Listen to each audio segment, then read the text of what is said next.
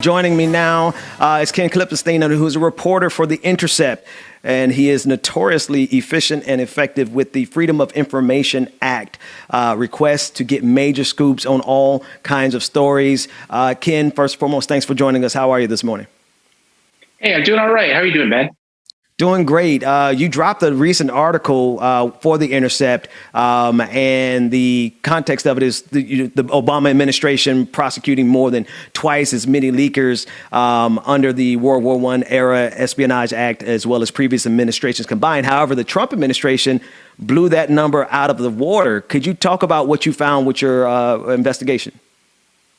Yeah, what's incredible is that, as you said, the number of individuals who leaked to the press and were prosecuted, not just prosecuted for leaking classified information, but prosecuted under the Espionage Act, which in itself is a very controversial thing to do because, you know, whatever you think of disclosing classified information to the public, to the members of the news media, how is that espionage? You're not selling it to a foreign adversary like Russia or China or Iran.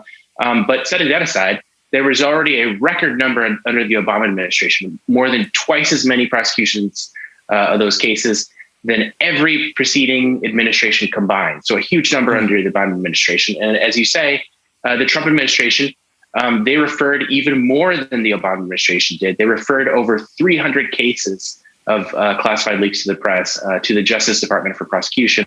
So that in itself is an astonishing number. And it suggests that there is a trend afoot. We're going to see how the Biden administration manages dealing with this. But, you know, I cover national security a lot. And even for people that are not leaking classified information, this has the effect of scaring everyone. I have countless examples of people that are just like, oh, God, I don't want to give you a quote. And I say to them, well, this isn't even classified. They're like, well, who knows what could be, you know, there are things that could be retroactively classified, things that everyone knows are classified somewhere on the books, and they could throw the book at you using that. So it has a chilling effect on people being able to talk to the press. And that's really what hurts the. Yeah, I want to consuming news, which I hope is.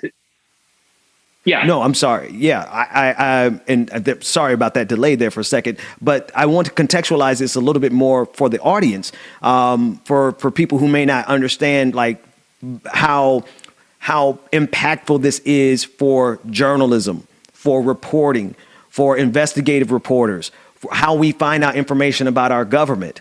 Because the government has the capacity to hide as much as they want to hide. But in addition to hiding things behind the veil of confidentiality, they now are using a very aggressive, and I can't just say now because it's been happening for some time, right? They are aggressively going after not only people who leak information, but now, in a sense, they're trying to instill a fear in journalists from even receiving that information. So could you just break it down to the real practical, why does this matter to somebody on the streets versus the intricacies of it, which are equally as important, but help everyone understand why this matters? Yeah, so this isn't something that just affects journalists, although, you know, at first glance it might look that way. The quality of the reporting that you're going to get is going to be a lot lower. There's going to be more focus on, you know, palace intrigue. What did Melania say? What did, you know, Jill Biden say? This kind of thing, rather than the really sensitive stuff that gives you insight into what are we doing overseas? How is the war machine being handled? And it's not just military stuff. There are things the FBI has that are classified. There are things law enforcement has that are classified. And as I said before, it's not just classified information. People end up getting the attitude, oh, God, this is scary. I don't want to talk to the press at all. So what you end up getting is more puff pieces, more opinion stuff, more things that don't give you an idea of what's going on that's actionable that police, military, intelligence community might be doing. And all of that stuff is on the rise, not just since 9/11, but now we've got the Capitol thing going on. The riot that took place on January 6th, there's a debate right now about whether they want to pass a new law similar to it's kind of similar to the Patriot Act, where they would be able to designate domestic groups terrorist organizations. And it's extremely hard, just from my personal experience, to get people to talk about these things because they're so scared of the Justice Department and this sort of machine gun approach they have of referring I said before, over 300 leaks referred to the FBI for investigation and potentially prosecution under 4 years. Bear in mind, that was a one-term administration. So that's more than Obama's 2 terms. So this is clearly on the rise. And again, the effect that has is just shoddier, lower quality, less aggressive reporting all around for anyone to read. So what they've done is they've relegated us to covering, like you said, the puff pieces versus the things that matter. And if we are really serious about anything that we talk about as progressives, as people who want liberation for all people, domestically and foreign, this strikes at the core of our ability to hold this government accountable. And in your reporting, you said 334 leaks were referred to for FBI criminal investigation underneath the Trump administration. What do you know, and I know we don't have a crystal ball, but do you think this is going to continue to expand? Because there's an expansion of this, right? There was an expansion underneath Barack Obama. So to me, and then expanded, obviously, even more so underneath Donald Trump. There seems to be a consensus across party lines as it pertains to instilling this kind of fear in not only journalists, but the general public.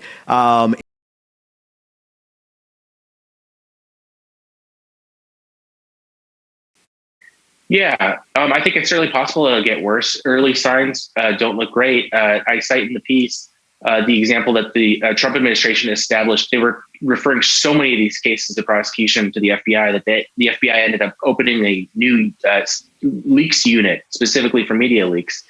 And someone in the former counterintelligence official within the FBI told me that this was set up for all the cases they were going after because of the Russia investigation. If you want people to stop talking to the press, a good way to do it isn't even necessarily prosecute them, but to just send the FBI in. You start polygraphing people and send the FBI in. You start polygraphing people and interviewing them and threatening them with potential prosecution. That in itself is going to be enough for everyone to be like, "Whoa, we better stop talking to the New York Times for what's going on here." And so I asked the administration now. I asked the FBI, "Did you guys close down that new leak investigations unit?" And they did respond, but they didn't want to comment. They said no comment. And so you can guess what that means.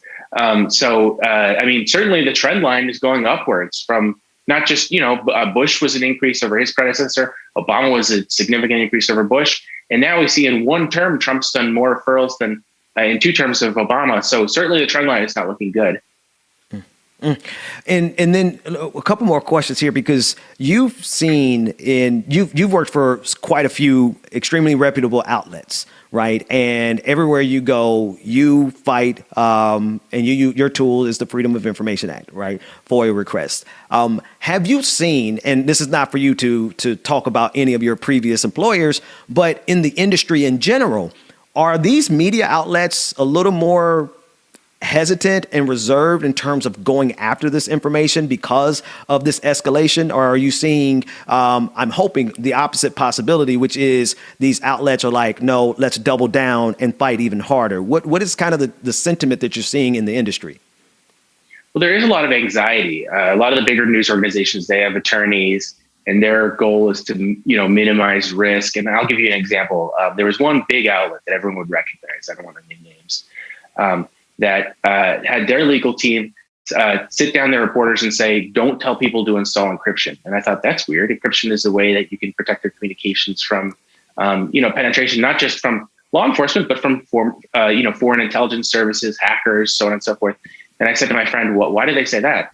And she said to me, oh, they told us that they're worried that this could be construed as conspiracy. And I said, conspiracy to what? She's like, well, conspiracy to disclose classified information. So it's like, the fear was that we're helping somebody in this endeavor of telling us what's going on, and maybe the Justice Department could say then that we've engaged conspiracy to disclose this information, and that to me sounds crazy. And that's one example of several that I can mention. But if they're too scared to install encryption, you can assume that they're going to be nervous about talking and publishing certain things. So it's a very subtle thing of kind of self-censoring, and some of it may not even be conscious. You may just become more cautious in what you do and say as a consequence of all this.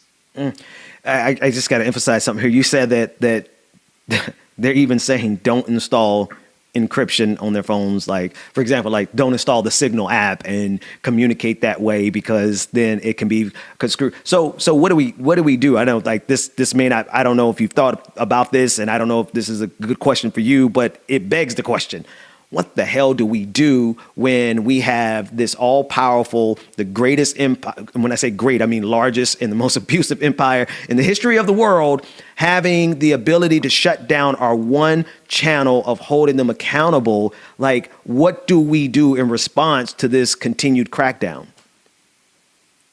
Same thing as with anything, register your dissatisfaction, pressure the government, ideally get organized, because what we have now is a sort of dissipated process where, people take to online, and I'm certainly part of this too, if you follow me on Twitter.